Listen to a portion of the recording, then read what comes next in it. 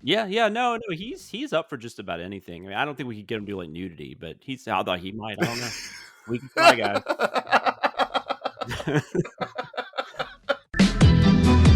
Welcome to Behind the Sins, presented by CinemaSins. Welcome to Behind the Sins, your weekly look at all things cinema sins, TV sins, and commercial sins. I'm your host, Aaron, but not that Aaron, of course. And this week, I'm joined by CinemaSins staff writer Jonathan Watkins. Hello.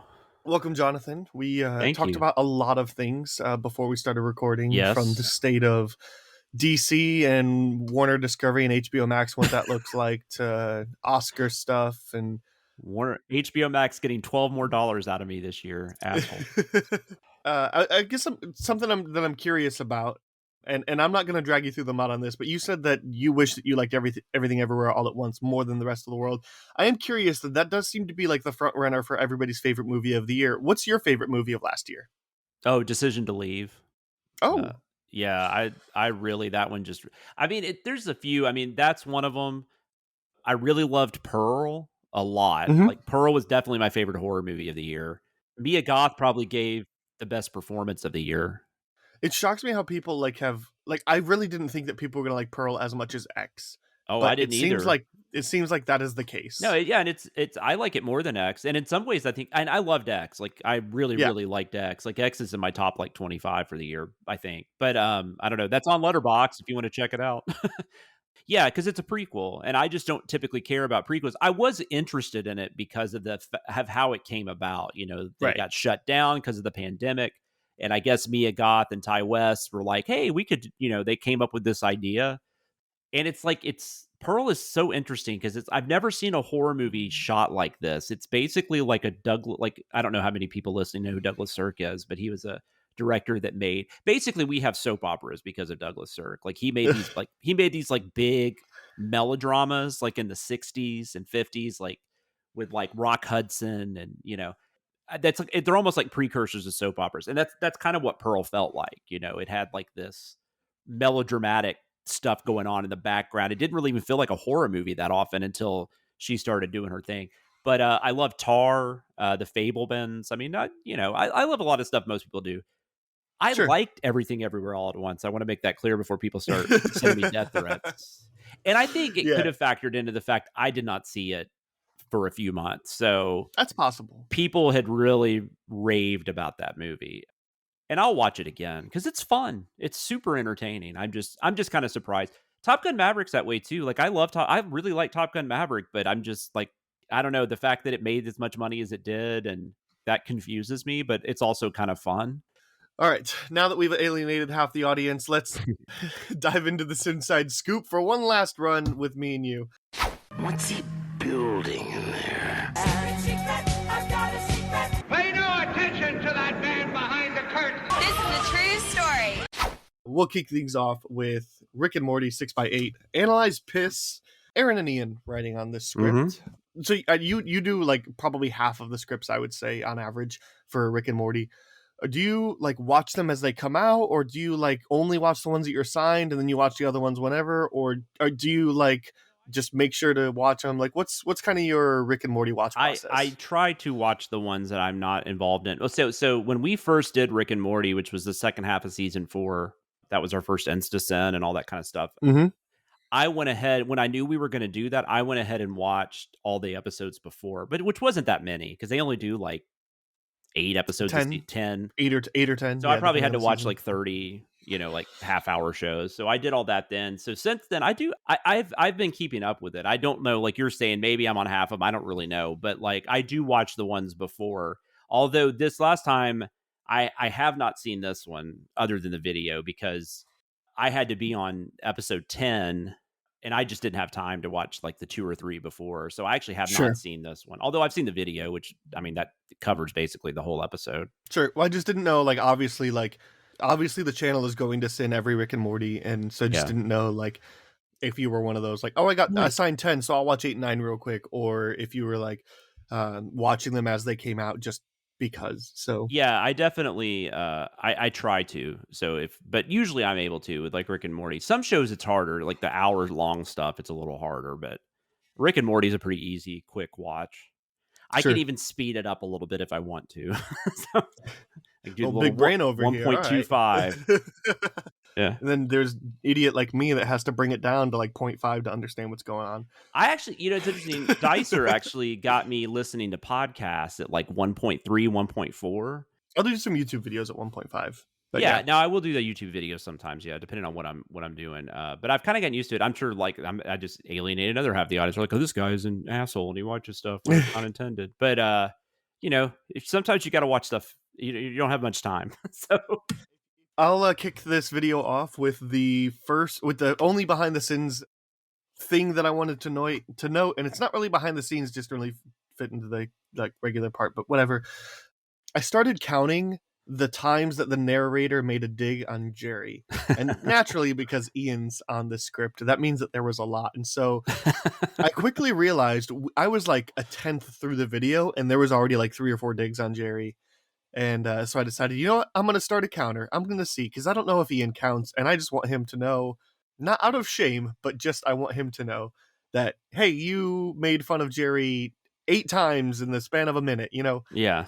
So anyway, I quickly realized, all right, so I backtracked to the 3, and then I added the new 2, and then just Jerry's just not in the episode anymore. So like they don't dig, so it's like really hard to dig on Jerry. So I got to 5, and then Jerry just stopped appearing in the episode. So because he's like very prominent in that front, and then there's that sequence, and this is where I started it, where the alien race like recognized Jerry as like their new leader or whatever, and you're just like, out of all the people, and surely they're aware of Rick, but they're not aware of his like idiot person, and there's a sin about how like, why doesn't Rick travel back in time and stop Beth from dating Jerry and then just bringing in Morty and Summer from another universe. It's like, that would totally be a Rick thing to do. Yeah, just the amount of times that narrator ripped on Jerry. I got to 5 and then the video stopped. So the next time a Rick and Morty one comes out, I'm going to be counting from the beginning, and we'll see. Poor Jerry. Anyway, does that mean that Cookie Magneto has no power in England, where most people call them biscuits? I thought that was hilarious. And there was also kind of the subsequent sin of like, I could throw 2 random things together, and then it was, I don't remember the example, but like, this is harder than it looks. All the Cookie Magneto stuff got a really good kick out of me. Yeah, it was great. What's some of the stuff you had? Scene does not contain adult swimming, which it's just, that's funny because we had the Adult Swim banner, and I don't know. It's just funny that like that happens like 80 episodes later or whatever when we're doing these. Bocce Ball Kitty Pride, I thought was... Oh, that's what it was, Bocce Ball Kitty Pride.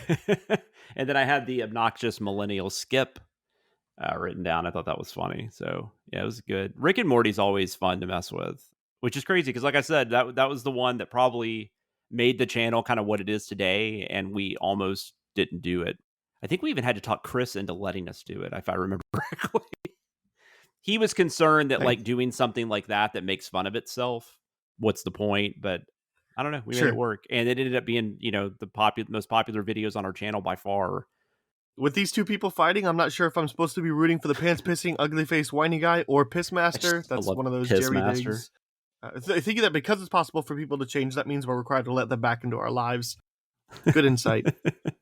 Yeah, but then also just, I really liked the run where the narrator just wasn't buying into Rick's emotional moment. It's like we never buy into Rick's like emotional moments. We never, like, Rick is a character we're supposed to despise. He is irredeemable at this point. Stop trying to redeem him, or like keep trying, but it's not going to work, So I just thought that was good. Did you have anything else to note from this video? No, it was a good video.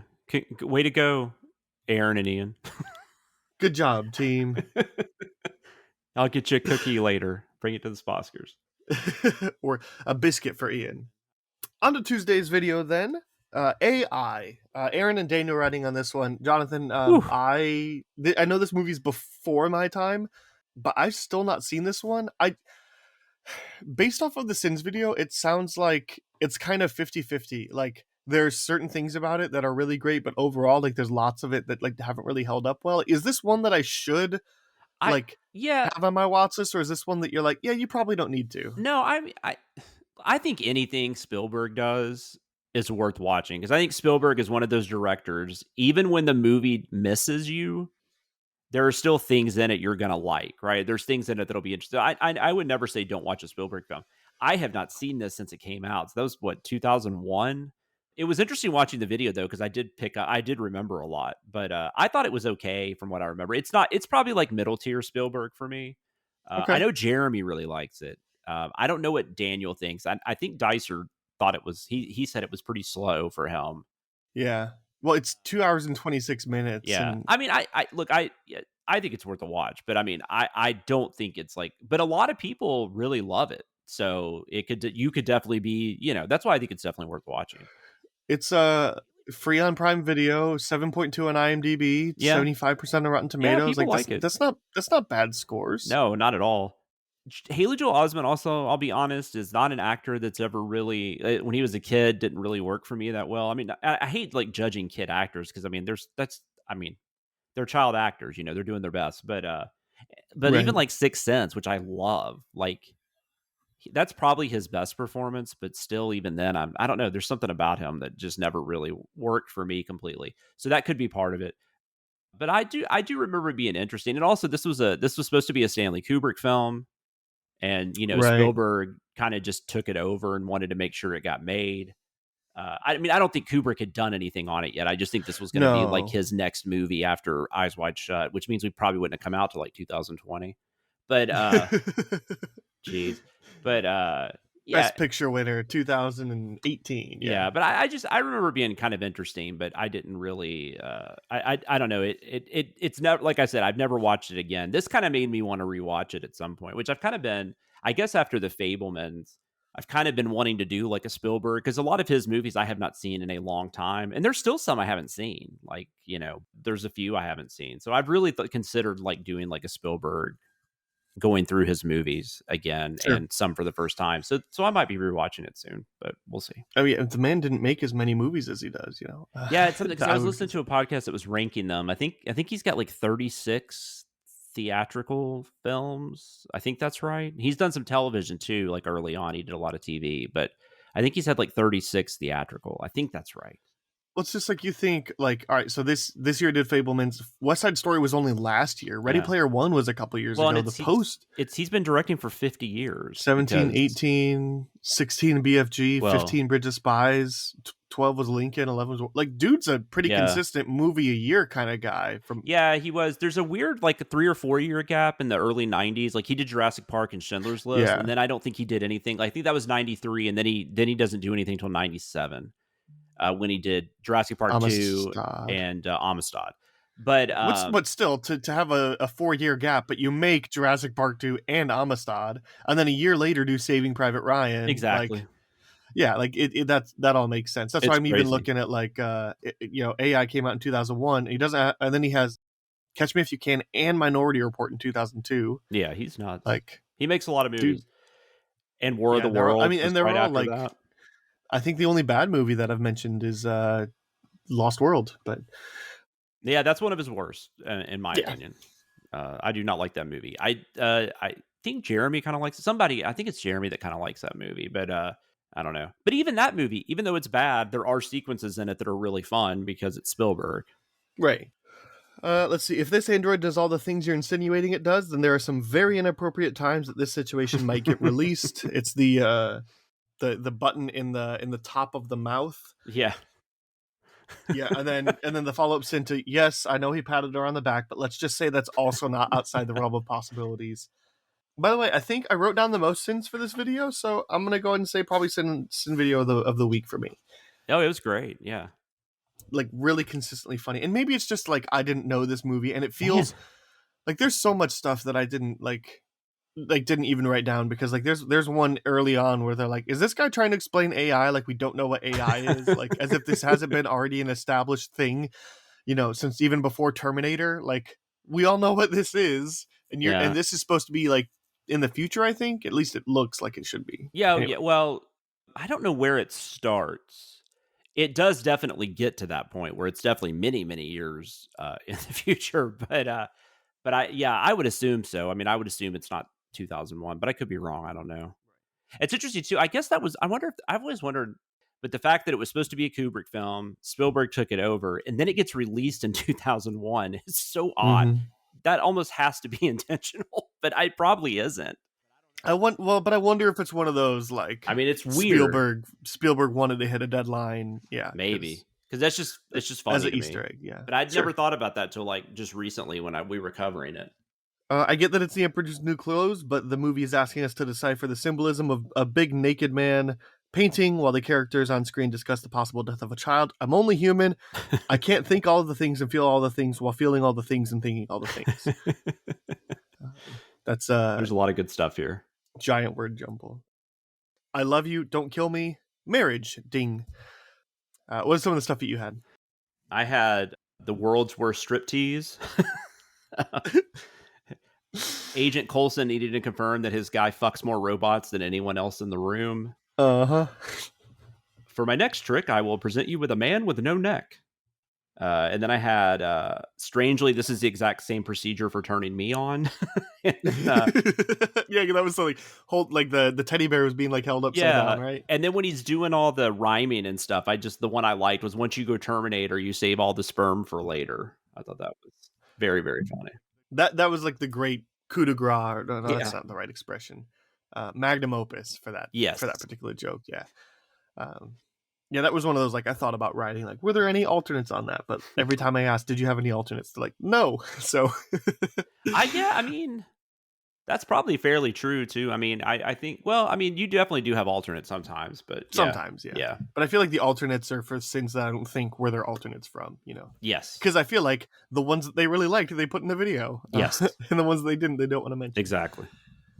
That sure was a well-pronounced M for someone without any lips. Oh, yeah. Steven didn't think we'd notice that the black robot died first. Yeah, that was great. There was a ding that happened every time there was like a flashing LED light that said like sin on the outside, and it must be part of a larger work, but it would ding every time that the word sin would flash. At last, a love of your own is a terrible tagline for a fake kid. I dare you to think of a worse one. You know what? I take it back. Please don't. I looked in the comments to see like if a bunch of people were submitting like terrible tagline things, but when I looked through the comments for this video, a bunch of it was just like, "Oh, I've been waiting for CinemaSins to do this video," or like, "Man, this movie like really has a lot more problems than I thought," or just comments on the Spielberg Kubrickian thing. But yeah, I guess it's got a big fan base, but I guess every movie, I mean, obviously has fans, so that's not that weird, but. It's just interesting to hear people say they've been waiting for us to do AI out of everything. Right. And then to me, I wrote this down. This is going to be sin of the week for me. This just hit me right in the sweet spot. Panic at the Discommode.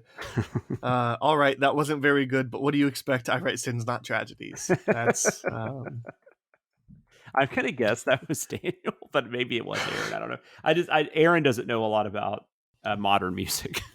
Whoever wrote it, good job. Sin of the week. Very much. Yeah, so this movie was kind of a hit. Made $235 million worldwide. I mean, that's 2001 money too. That's not. Well, yeah, that's true. So that'd be a lot more now. It was $100 million budget though. That's not great, but. Well, but what did you say? 285 million? It only made 78 in the U.S., so it did not do that well in the U.S. I think AI is weird too because the way they advertised it, it almost felt like it was more like a family kind of thing. But then there's this whole subplot in there where there's like sex robots and all this kind of stuff. So like, I just don't know who the movie's for exactly. And I think that probably at the time, at least, that's probably why not as many people were going to see it in the theaters. I don't know. And there's probably some other movies out that summer that were, you know, like Fast and Furious, I think was that summer. And that's just my guess, but sure. But it stayed in the zeitgeist, I guess, because there's a lot of people that seem to be excited we did it. So, sure. Yeah, that's all I had about that video. Are you good to move on to Wednesday? Yeah, absolutely. We have Willow, season 1, episode 1. You and Danae writing on this one. Yes. Episode is called The Gales.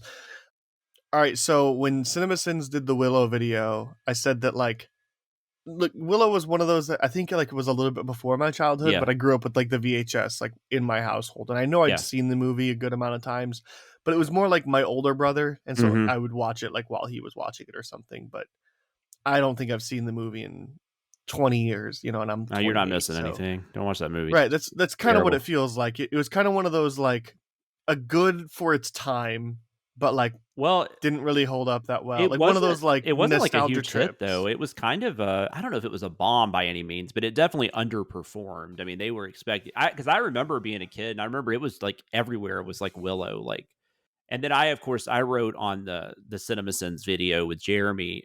I hated Willow. I just hated him. Like, he's kinda awful in that movie. Like, he's kind of a dick, and, like, it's just, like, it's weird. It's like, this is our hero.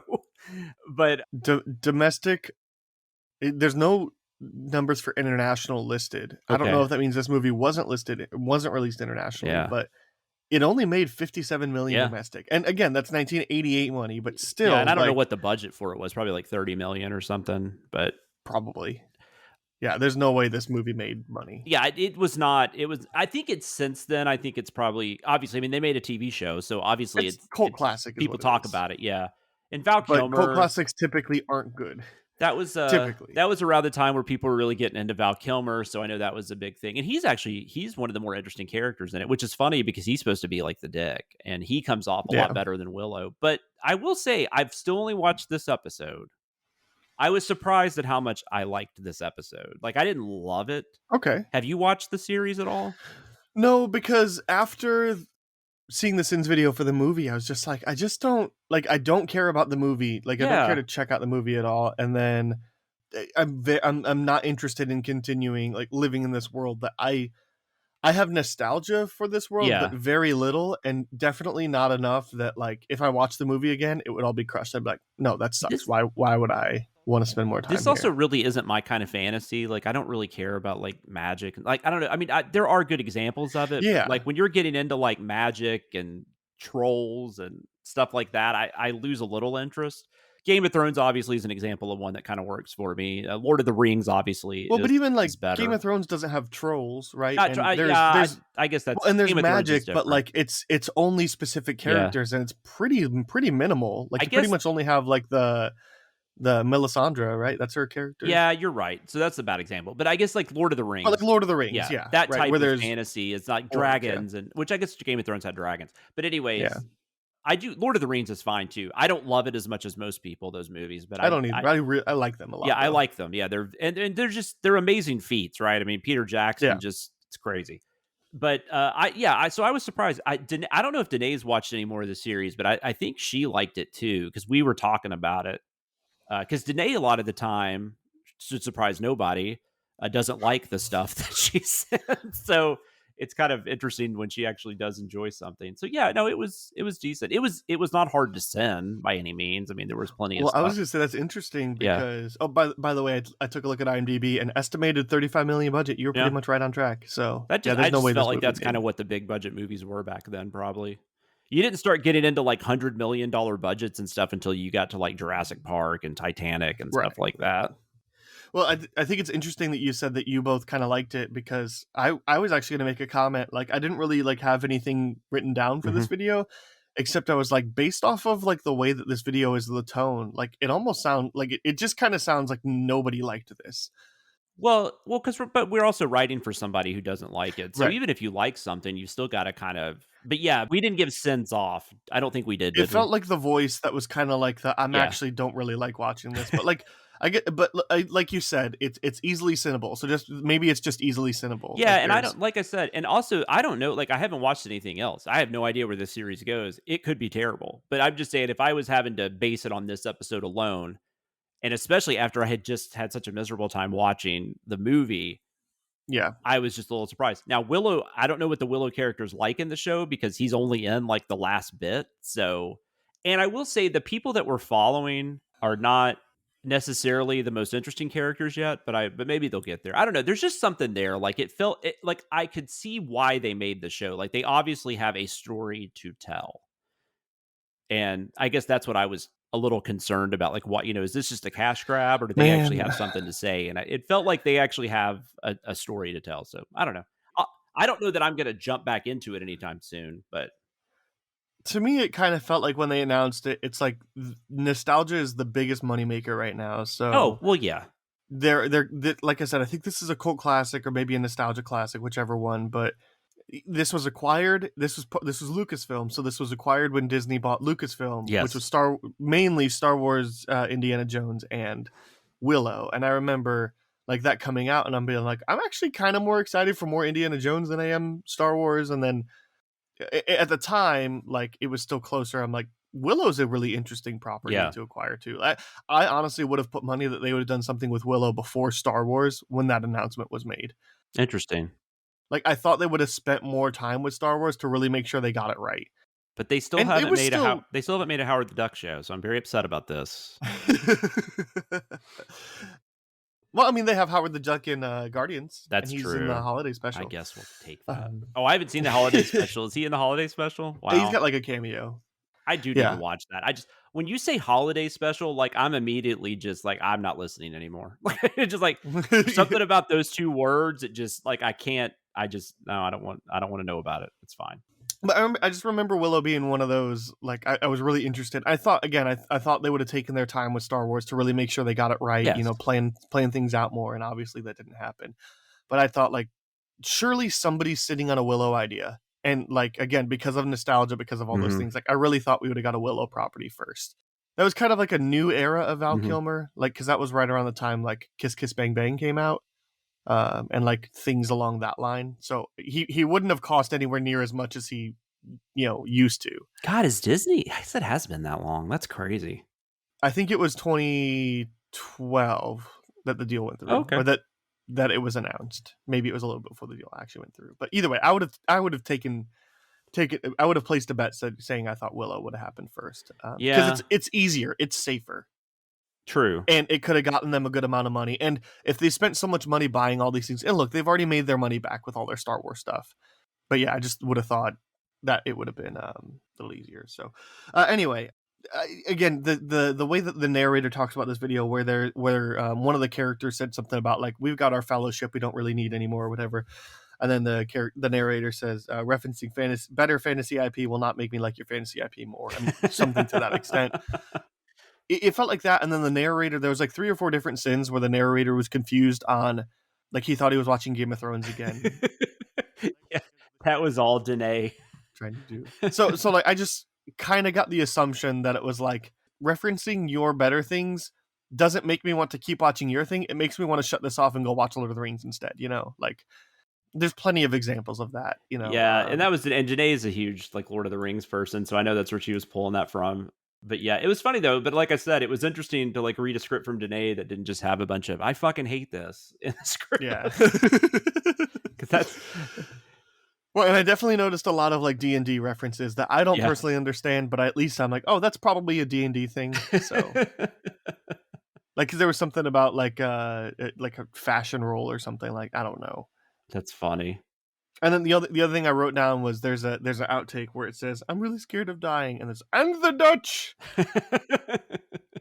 Just brilliant. So I accidentally found that looking for another Austin Powers thing, which is interesting when those things happen sometimes. One of the things that I thought was hilarious was that line, "A knight is defined not by their skills in battle, but by the oaths they keep." Yeah. And I was just like, yeah, but the skills probably matter a little bit. So I wrote Right, that. right. So I wrote that sen because I was just like, that's just like, what a weird. And you hear stuff like that all the time. I those like not lessons, but it's like parables or whatever. People just say like Yeah. in stuff like this, they just say something like that it like sounds good, but then when you actually break it down, you're like, this is bullshit. Like, what are you talking about? Like, if the knight has no skills, he's gonna be killed. What are you talking about? Right. Just stuff like Right. that. I love playing around with stuff like that. And then I don't remember what the sen I wrote initially was, but on the seriously you bought a flute, I wrote something bigger, and then Danae was like, how about just he brought a flute? And I was like, that's perfect. So That's amazing. that's why it's nice to have two people on a script. Okay, so that'll take us to Thursday's video, House Party. You and Daniel writing on this one. Yep. Okay, so do you know who Kid and Play is? Kid and Play was a hip hop group in the like they probably started like late 80s maybe or like right at like 1990. This is So like I recognize the faces. this is probably but- like this is like when hip hop's really like taking off. Like we have Yo MTV Raps and all this stuff, and there's a lot of people. And I was listening. Sure. I really got into hip hop too. I was 14. It was a franchise that was made for the group Kid and Play. It's these two people. One name's Kid, one name's Play. Obviously, that's not their real names, but that's their names in the group. Right. And then that's their names in the movies too. They call them. It's Christopher, and Kid is Christopher something. I don't remember what Play's name is. Also Christopher. I'm on their Wikipedia. They're both Christopher. Oh, okay. Christopher Reed and Christopher Martin. Oh, nice. I didn't know that, but I think in the movie, I think Play has a different name. But so they made this movie House Party. It was a pretty big hit. Like, it did well. It kind of like it did well enough to get a couple of sequels. I think there's even been a couple like direct to video sequels since then that they weren't involved in. Okay. So I don't know that it was ever like a huge franchise, but it is an IP, like it's a property. And I think the reason the new one got made was because LeBron James wanted a new hip House Party movie, because I think the movie takes place at like his house. Like the people, like whoever the two new people are that throw the party, they're doing some work at this mansion. They find out it's LeBron James' house and he's out of town, so they throw a party. That's in the new one. Oh, got it. That I've seen from the trailers, I don't know, but yeah, no, this came out. It's like a harmless, like there's not a whole lot to it. It's pretty simple. Like one guy, plays throwing a party, kids trying to get to the party, and a lot of some things happen, and then he finally gets there. There's obviously there's women that they both like, and there's kind of a love story kind of, but it's mostly just like, antics and, like little humorous asides. Martin Lawrence, one of the first times I remember ever seeing him in anything. Yeah, this film came out in 1990, which is just a little bit before my time. It's more like my older brother's. Even then, he was born in 1990. I don't know if Daniel had seen it. I can't remember. I know I asked him, but I can't remember if he had seen it before. So I had seen it, but I hadn't seen it in 25 years or something. I was surprised at how well it held up. It's funny. Like it's not great by any means, but like they're very likable in the movie. Sure. And most of the characters are really likable, and there's some funny moments. There's some good music. There's a fun dance scene. So yeah, it's an hour and 40 minutes or whatever. That's well worth watching if it interests you at all. I mean, I wouldn't highly recommend it by any means. I don't think it's a must see if you haven't seen it yet. I don't think it's like something you need to see, but right. But it's an interesting time capsule. It just kind of captures that era of hip hop and that kind of stuff, which I'm a fan of. So I think that's probably why it kind of spoke to me a little bit, because that's when I got into hip hop. That's my era of rappers, like LL Cool J, Run DMC, NWA, stuff like that. Like I listen to that a lot more than Jay-Z and all the. Jay-Z's old at this point. I don't know why I said Jay-Z, but Run the Jewels or whatever. I don't know. Whatever is currently. I know nothing about current rap music, so. Same. Eminem was kind of the last big one for me. So yeah. For the video, Obina Onijay wanted to know who wrote the sin removals for this video. Yeah, Daniel definitely wrote all those. Oh, I think I wrote the Robin Harris one. We did have one where it was like Robin Harris steals every scene he's in and makes it look easy as hell in the process, because he passed away not too long after this movie came out, and he was just a really funny comic at the time. So I wrote a sin about him. But then, yeah, the other two are Daniel. Daniel always has some interesting insight into just about anything you work on him with. He kind of makes you feel dumb because he writes these big words that I have to look up. It's very annoying. Daniel's awesome. I've been writing with him a lot lately. I mean, things just kind of, it's just the way things are working out. But I've been writing a lot of scripts with him recently. So that's been fun. He always adds something, I think. We all add different things, I guess. But sure. But it's just been fun getting to know him and getting to write with him over the last year, I guess. I'll save this one sin for a little bit later. But casting guy clearly went to the Grease school of casting high schoolers. Yeah, that was me. That was great. It was ridiculous. That guy looked like he was 37. Like, it was insane. Yeah. Like Kid and Play, I can kind of buy that they're kids. Sure. They're 16 or whatever. I can buy that, but like, I don't know, that guy just, and apparently, and I don't know much about them. Daniel, I guess, was talking about them more in the script. They were a group called Full Force, and I didn't know much about them, but Daniel mentioned that a few times in his sentence. So I thought that was interesting. Did you have anything that you wanted to know before we get to the big thing? Yeah, Daniel, we both, oddly enough, had PCU sins about George Clinton, because George Clinton's in this movie called PCU. But we ended up going with Daniel's, which was, I don't even feel good about saying this, but PCU has a better George Clinton plays a house party scene than House Party, which I thought was really funny. But anyways, yeah, no, we can definitely. I think that's the thing everybody wants to talk about, right? So did Jeremy? Sure. Did Jeremy let you in on some stuff? He did, yeah. So the sin starts off and says, "If you couldn't tell by now, yes, I am white. The fact that will be painfully obvious, not only during the sinning of this movie, but also during the post-sentence scene where I attempt to create some of the film's iconic dance moves." And I thought, that's just a fun throwaway. Like, it's not going to happen. And then the video ends, and it happens. We get that video. Oh, it's amazing. So I reached out to Jeremy and I said, anything you want to say about the dancing video at the end? He says, so Daniel emailed me about the sin a week or so before the script needed to be locked. He explained the whole thing to me, and it sounded like fun. So yeah, Jeremy's up for anything. That's the cool thing about Jeremy. It just feels, I don't know what the reasoning behind it is, but like, I don't think we would have got that 10 years ago. 10 years ago CinemaSins started, but like even like 5 or 6 years ago, you know, like and I think Daniel, because Daniel wrote all this stuff, like he kind of wrote that sin about like, you know, just so you know, I'm a white guy, you know, that was really cool. I don't know, that ended up working out, I think, really well for the video. And based on the YouTube comments, I read a lot of people were actually, they liked that, right? That were like, I don't know. I guess that just kind of made it feel more like authentic, like we're just having some fun, you know. Oh yeah. So I watched the dance scene in question a few times. I worked harder than I care to admit in trying to learn the dance. On the day of recording, I recorded 6 versions of me doing this dance. They all had pros and cons, but the 6th and final ended up being the last one. But like, I can't figure out what dance he's like. I can't figure out what part of the dance he's doing though. Like, it doesn't look anything like. Anyhow. He ends this email by saying, I was so exhausted after doing 6 takes that my wife briefly considered calling an ambulance before I convinced her it was just dehydration. Oh my God. Oh, that's amazing. Imagine living with Jeremy. That's got to be an entertaining every day.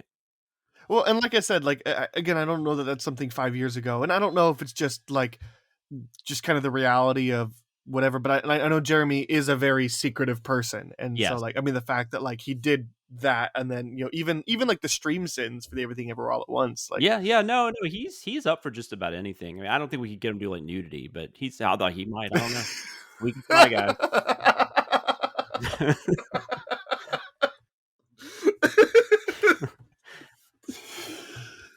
But yeah, no, Daniel came up with that, and I thought, and he asked me first. He's like, "Do you think Jeremy will do this?" I'm like, "Hell yeah, he'll do it." I mean, and it's not gonna hurt to ask. But I was like, "Yeah, I think he will," and he absolutely did. I also wanted to mention, I threw that.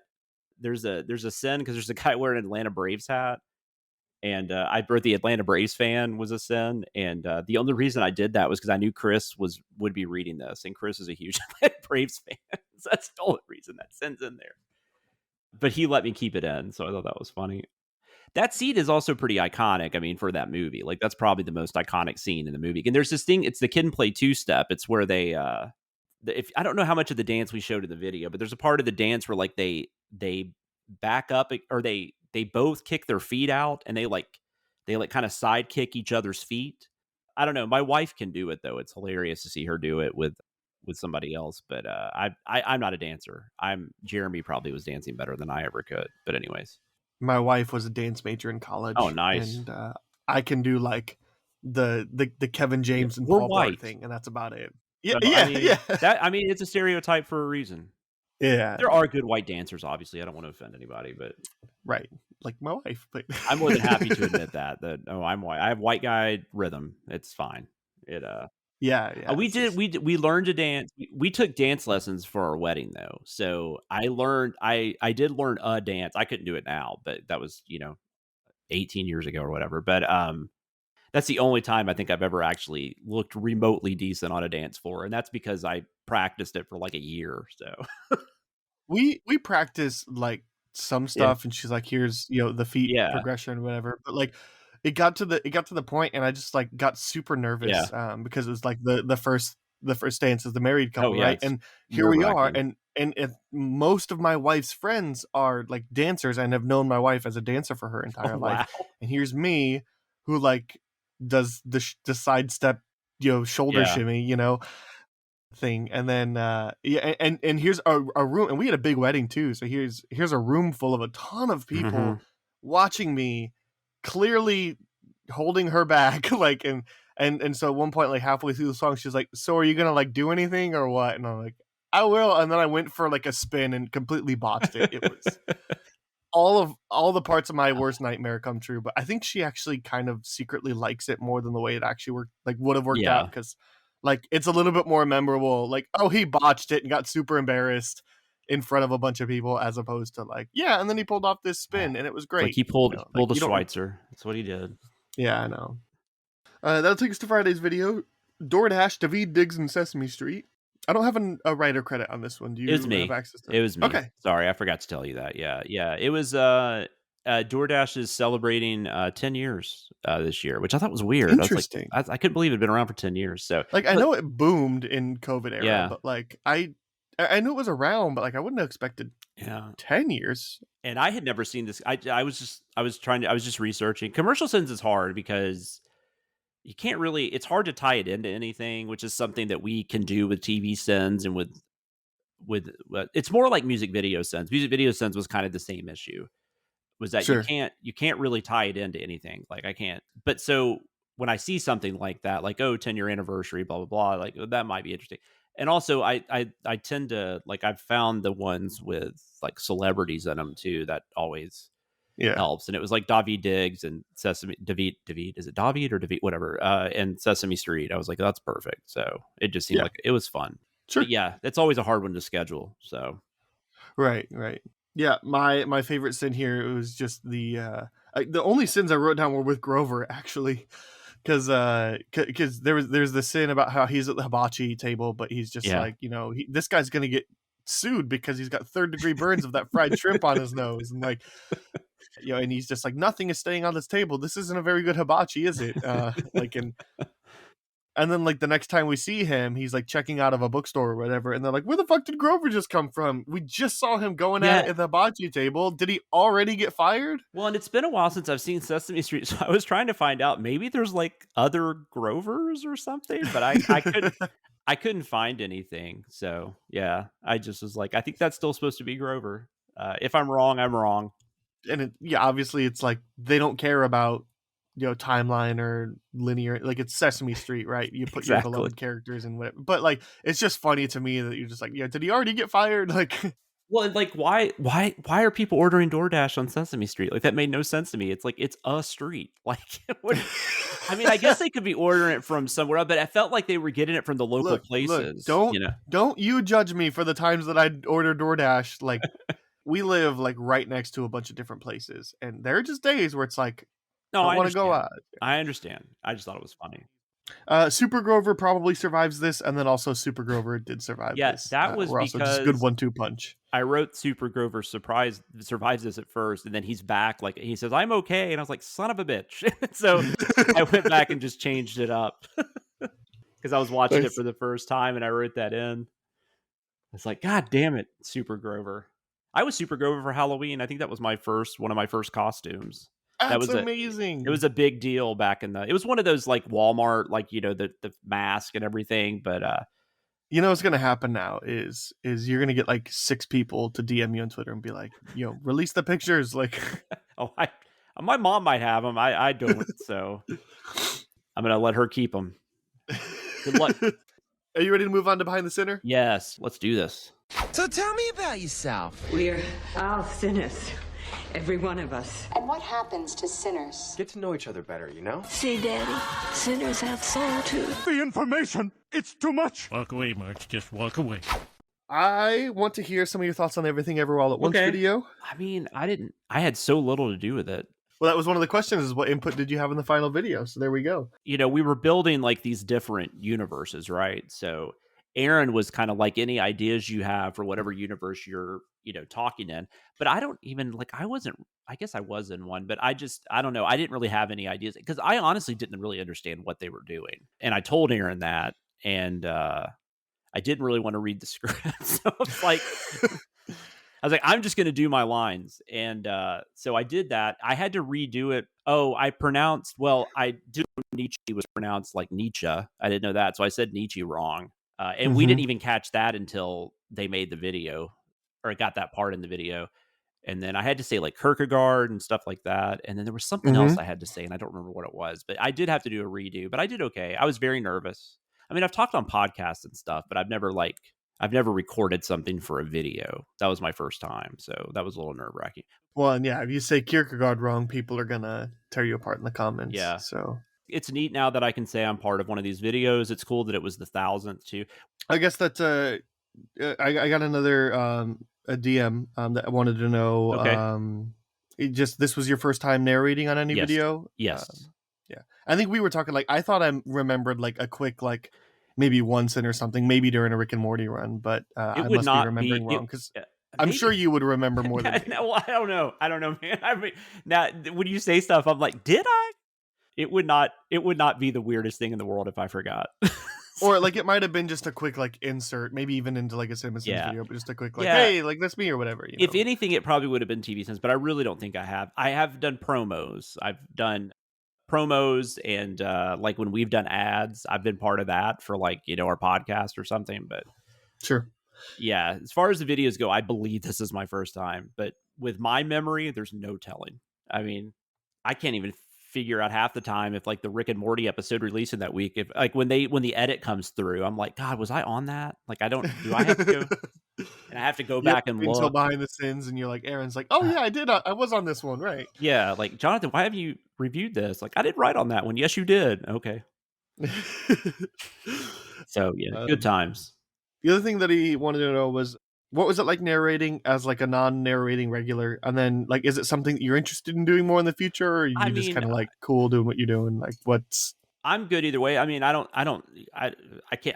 see a reason why I would be doing it more, but I mean, unless it's like something like this, but yeah, no, I enjoyed it. I mean, I would definitely do it as much as they want me to. I'm pretty easygoing about stuff like that, but I don't like feel like I have to. Like, I'm not like, you're not like pining for an opportunity. No, I'm not like, I'm not pushing. I'm not pushing for it or anything, but because that's just more work, and like I have a lot of work already. Well, and kind of like you mentioned, like it is extra pressure because you have to like, make sure you get Kierkegaard right, or like exactly these names. Just reading those few sins, I felt what I'm sure Jeremy, Chris, and Aaron feel all the time, and just the more complicated the sins have gotten. I mean, there was the one about like, I can't think all the thing, feel all the thing. Like they just keep on like, I think a lot of times you guys write specifically to try to make the narrator work. Yeah. Jeremy just got, I mean, he didn't get mad. He was joking, but there was something that Dicer wrote recently, and it was like Jeremy shared it on Slack. It was insane. I was like, that's terrible. Dicer gets crazy with those alliterative sins. But I will say, when I turn in a final script to our editors and the narrators, I'm pretty happy I'm done with it. And I'm thinking like, oh man, Aaron's still got to narrate this, or Jeremy's still got to narrate this. Sucks for you. I go off to do my next thing. But no, I would totally do it if that ever became something where it was needed. Sure. You ready to move on to 3 Sins and a Lie? Yeah, let's do it. I'm going to pick for you because we already talked about Morbius, so let's continue to talk about Morbius. Okay. Did we talk about Morbius on? We didn't talk about it. Oh, you're talking about in the outtake? No, we referenced it. Oh, okay. Oh, I guess we did in the outtake. Okay. I think you're referencing the outtakes. Take a drink. I don't have any drink left. Yeah, there's a couple I have here, but we've already mentioned Morbius, at least you and I, so let's go with that one. So I have 4 sins here. You have to determine which one Joseph wrote versus the 3 that are in the video. Yeah, and it's sad because I wrote on this, and I'm not going to get this. I can tell you right away. This is a long time ago, though. There's also the Morbius re-release video, yeah. All right, so number 1, cutting into your hand is a terrible option for drawing blood. There are tendons and muscles in there that one needs for daily function. A doctor would fucking know this. I'm almost positive that's in there, but keep going. Sin number 2. Oh no, that mouse we injected with Mountain Dew died, except I'm sure this is a fake out and the mouse will come back to life and probably even be a bloodthirsty like Satan. Sin number 3. Wow, he's all Steve Rogers before the serum kinds of skinny, but this is Jared Leto. Do I even want to know if this is CGI or not? And sin number 4. Why are you letting him out of jail? I don't care if he's not in your records. If some random asshole appears in your jails with no explanation, you are going to figure out who the fuck he is, where the fuck he came from, and if you decide to even let him out of jail, he doesn't belong in. I hate this stupid movie. I hate the stupid people. I hate everything. Okay, that's very much sounds like Jeremy wrote this with me, and that if that's the fake one, congrats, Joseph, because you read Jeremy Sin very well. But I'm pretty sure, because that was the thing with Michael Keaton. Like, they do, it's crazy. They just let him out of jail because they're like, well, we don't know who you are. You're free. The Mountain Dew one, I'm pretty sure was in there, and I'm pretty sure what was the third one? Wow, he's all Steve Rogers before this year. I'm kind of I think it's that one. Is that your guess? Yeah. It is the one about the letting him out of jail. That's the one Joseph wrote. Wow. Yeah. Maybe we just had something similar to that and we took it out. It's crazy. I mean, there probably was, but yeah, that's funny. It's just funny that you're like, if Joseph wrote that, good job, Joseph. Yeah, no, great. You definitely, you completely convinced me that Jeremy wrote that son, because that sounds like Jeremy or Danae. Danae does a lot of the I hate this fucking movie. Like, they both get like you can tell when, because not always are we giving our actual opinion because we're sending stuff, even if we like it, but you can kind of tell when one of them is really not liking something. This is interesting because I guess maybe because there was the Morbius re-release video, maybe this sin was in the re-release video. I think that was Jeremy's idea. I think I can't remember how that came about because I didn't do much with that because we kind of kept it similar, but I think he just went in and added some stuff.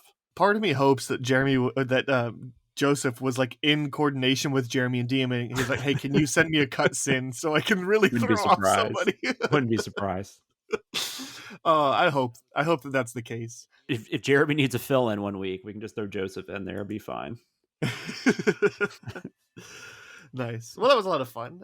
We just have one more thing to do before we wrap up, and that's Beyond the Sins. Yeah. To infinity and beyond. Somewhere beyond my wild history. To boldly go where no man has gone before. What is that one thing that you want to recommend, warn or reca-warn? I don't know. I haven't 2023 releases. I saw Megan. I liked Megan, but I don't think I want to talk about that. I've been watching a lot of stuff lately. I had a few things written down. I guess I'll talk about I rewatched Gosford Park the other night, which is a Robert Altman film. Mm-hmm. One of his last films, because he died, I think, in the mid 2000s. So it was 2001. But I thought it was interesting because it's this big, have you ever seen Gosford Park? Do you know what I'm talking about? No, I know of it. Okay. Yeah, no, I haven't seen it. So it's a murder mystery, set in this estate in, I guess, in England. It's interesting because it's pre-Downton Abbey, and it feels like, I haven't seen a lot of Downton Abbey, but what I've seen, it feels so much like a precursor to Downton Abbey. So that was interesting. And it's definitely one of those, it's definitely paying homage to Agatha Christie, because there is this there's this big get together with family members. There's, financial constraints. The guy that owns the mansion is kind of getting tired of all of his family, mooching off of him and all that kind of stuff. And it just feels very much it feels very relevant in what a lot of movies are doing today. I don't remember if I talked about this on the show. I think we talked about this for the outtakes, but there's definitely an eat the rich narrative that's in a lot of movies now. The Menu, Triangle of Sadness, and both Knives Out movies. Yeah. That's kind of just become a definitely a very relevant narrative. And so I think it's a movie, if you haven't seen it and you're enjoying those, you enjoy Downton Abbey, you enjoy these the British murder mysteries in mansions.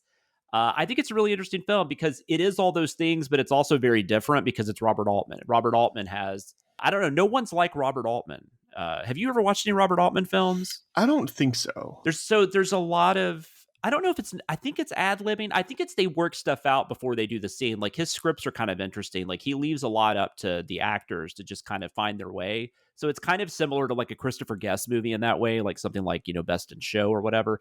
But I don't know, but he does this in all these different genres, and he's a fascinating filmmaker. I totally get why people that don't like him. I mean, it's not going to be for everybody because there is the kind of, it's everybody's talking over each other. It's very conversational. It's always interesting, but it's always interesting seeing him take that idea and then work that into a genre. So he's done Westerns and he's done, satires and then this is a murder mystery.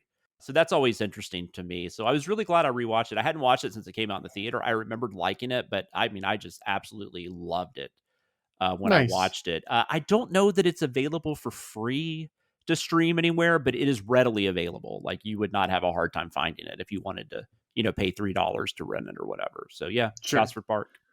I think you're right. It doesn't look like it's streaming on any streaming services at the No. moment. Obviously, that Yeah, could it change could at any eventually. moment. It's kind of one of those movies that probably pops up on stuff every now and then. Yeah. All right. Do you want to hear about like a relatively modern movie, an older movie, or I mean, still modern, but What's older? What's older movie? well, I meant more so older, as in like not last 5 years. So this Oh, would be gotcha. Yeah, early yeah, 2000s. yeah. Whatever. Early Yeah, 2000s, that works. last 5 years, or for some reason a video game. Let's go with older movie. That's always fun. All right. Me and my wife watched Blade 2 last night Nice. because I'm reviewing it for the other podcast. Nice. Actually, that episode will be live before this episode is live. And so I got to watch Trinity on Sunday, and I'm not looking forward to that. But I kind of am because I watched Blade back in November, Mhm. and that movie's awesome. And Yeah, it really is. And it's interesting how much the MCU kind of took from it. It's Sure. Like some people say like X-Men was kind of the precursor, but I think it's Blade, because Blade came out 2 years before X-Men, and I think Blade kind of set in motion what you know. I think a lot of it is attributed to X-Men and Spider-Man. Yeah. Sure, but yeah, Blade deserves just as much credit, if not more, because Blade is also rated R. Well, and it's very different too, like because you got a Batman and Robin came out the year before and was just like a disaster. Like everybody hated it. Like it made some money, but like everybody hated it. It's like Blade just felt like something a little different. Now Blade looks like, it feels like the same thing as what we've been watching. So that's interesting to me. Yeah, but at least so here's the thing: I never seen any of these Blade movies, and when I watched the first one, and here my understanding of the narrative was the first one was good, the second one was the best, like by a significant margin, and the third one is terrible, like X-Men Origins Wolverine level, because it's a that's probably mid 2000s Ryan Reynolds. I actually prefer the first one over the second one now, but yeah, I think that's what I'm consensus. thinking is like I think I would put them both on the same level. Like I really, really, really enjoyed both of them. They're not like home runs. They're both a little too long. They both have maybe one or two like subplots that should be cut, but they are both really, really good movies. And if for some reason, we were also mentioning earlier that neither of us are. You said earlier that you're not interested in any more superhero movies as a comic book lover that kind of hates you. So it's like if you're superhero fatigued, I think you can still have fun with this because it's different. Absolutely. Like this is rated R, but it's not like super obnoxious like something like the Suicide Squad is. It's just kind of like grimy and gritty, like Logan is. But it's also like sleek and stylized. Wesley Snipes is great in this movie. Oh, he's awesome. In these movies. We did not do Wesley Snipes the right way. I don't know. He should still be like headlining movies. Yeah, he should be. He kind of did this he did some of this to himself. I mean, yeah. Legal troubles and stuff like that. But I mean, it just sucks that he's not like starring in like action movies on the big screen still. But well, I mean, he came back and he did The Expendables 3, but and nobody he was liked great that in movie. that, by the way. He's probably the best thing about that movie. He's fine. Yeah, he's fine. Yeah. I mean, I like the Antonio Banderas in that movie, but yeah. Anyway, if for some reason you've heard about Blade, but you're like, hey, all these early 2000s comic book movies really, Daredevil and Elektra and all that. Let me tell you, first of all, the director's cut of Daredevil is great. The theatrical cut is terrible. I don't think I've ever seen the director's cut of Daredevil. Oh, it's so much better. I'll check it out. It's legitimately like only like 2 or 3 minutes longer runtime, but they actually is like 30 minutes of different footage. Interesting. It's remarkably better. So it's like kind of like the Snyder cut, kind of. It's kind of that where it's. I mean, that's a lot more, but it's Well, yeah, it was just one of those things where a lot of studio pressures forced the theatrical, but the director's cut was like they cut out the sex scene, like for the director's cut. That's so counterintuitive to me. Yeah. Anyway, if you just haven't seen them, like the first two Blades are for sure worth watching. I can't say anything about Trinity yet, but I think my expectations are like really low because I've heard it's terrible. But also, you'll probably have a better time with it if your expectations are that low. It's not, but like the worst they're thing also ever. Kind of high because I liked these first two movies significantly more than I thought I would. I thought I would see the second one is overrated and the first one is like, why are people not talking about this one? And honestly, this made me way more excited for the Blade movie that's coming out next year with Mahershala Ali. Like, I'm interested. Definitely a good time to revisit. To visit them Blade was a comic I read back in the day. It was. I enjoyed Blade, so I'm down, and I love that actor, so I'm definitely down. I don't think you'll hate Blade Trinity. I don't hate it. It's just not very good, especially compared to the other two. But I will say, my Blade 2, one thing about Blade 2 that's funny is that I actually wrote letter. I used to write letters to Fangoria magazine and like comic books and stuff when I was like up till I was probably like when I was still reading like magazines. And I actually had I wrote them a letter saying how much I liked Blade 2, and it got published. So I thought that was cool. Oh, nice. Nice. I don't like the movie as much as I did then, but it's still good though. It's fun. Ron Perlman is so good in that. I love that gang of vampires that like he has to team up with. Well, and if there's one thing that's going to be convince you to see this movie, like definitely more than anything, it's that Donnie Yen did the fight choreography for the first one, on the second one. Oh, okay. And he is one of the gang of vampire guys. The fight's great, and Del Toro directed. I mean, I think that's the one thing about Blade 2 versus Blade 1. Stephen Norrington is fine, but he's not. And I don't even love all of Del Toro's movies, but I do think Del Toro's he has a visual, he has an eye that like very few people have. Like he's very different. So I think that's maybe why Blade 2 stands out a little bit to some people. Maybe. But I feel like that's kind of turned back around. I feel like more people seem to talk about the first one. Maybe. It should be worth noting that Blade 1 has a 4K re-release, and it's pretty good. It's not obviously looking anything like new 4K releases, but like it's a significant step up from when I went to Blade 2, which is only a standard HD release. So right on. And even then, I think it's probably 720p, not 1080p. So yeah. Anyway, the Blade 4K release is awesome. I can't wait for a Blade 2 4K release. I'll for sure pick that up. So awesome. Well, that'll do it for this week. Thanks again to Jonathan for hanging out. Yeah, man. Thanks for having me. Absolutely. Anywhere you want to send people to hang out, connect with you in the meantime? I mean, I'm on Twitter at SamLoomis13, and I'm on Letterboxd. It's just my name. If you look up Jonathan Watkins, you'll see a picture of... Actually, I don't know what a picture I have up there anymore. Anyways, Jonathan Watkins, you'll figure it out. There you go. Also, my Twitter bio, the link's in there too. So you can also check me out on Twitter, Letterboxd at Swite Castle. If you have feedback on the show, things you want to hear in season 4, or things that you'd like to submit for the end of season 3, let me know. I've been getting questions for specific writers from some people, so if you want to send that in, that'd be great. Anything you want to send, I have the right to filter, but you can certainly send anything to bts@cinemasins.com or DM the BTS Twitter at CinemaSinsBTS. Jonathan, we'll see you in season 4. I'm excited to hear you with whatever that looks like. And for those of you listening, don't forget to like and subscribe wherever you're listening from, and come on back next Thursday for more Behind the Sins content. Thanks for listening. Send any feedback to bts@cinemasins.com, and be sure to subscribe, rate, and comment. Find more ways to connect by visiting cinemasins.com/BTS. Welcome to Behind the Sins. I think it's still going to be exciting, but oh no, I tapped this because I wanted to mute it, and so I can clear up my sinuses, and then I missed the button. Obina Onij wanted to know who wrote the sin removals for this video. What were the sin removals again? It was I don't know. Did you have anything that you wanted to know before we get to the big thing? What do you mean? No, the Jeremy dancing, because that's all. Oh, yeah. That was this one. Yeah. I don't want to talk about that. Take all that out. No, my daughter's really into dance, and she's quite good. I mean, I always feel weird saying that because I'm the parent, but I mean, they always put her in the front. So, like, I feel like if you're always kind of focusing on her, that means she's doing something correctly. So that's sure.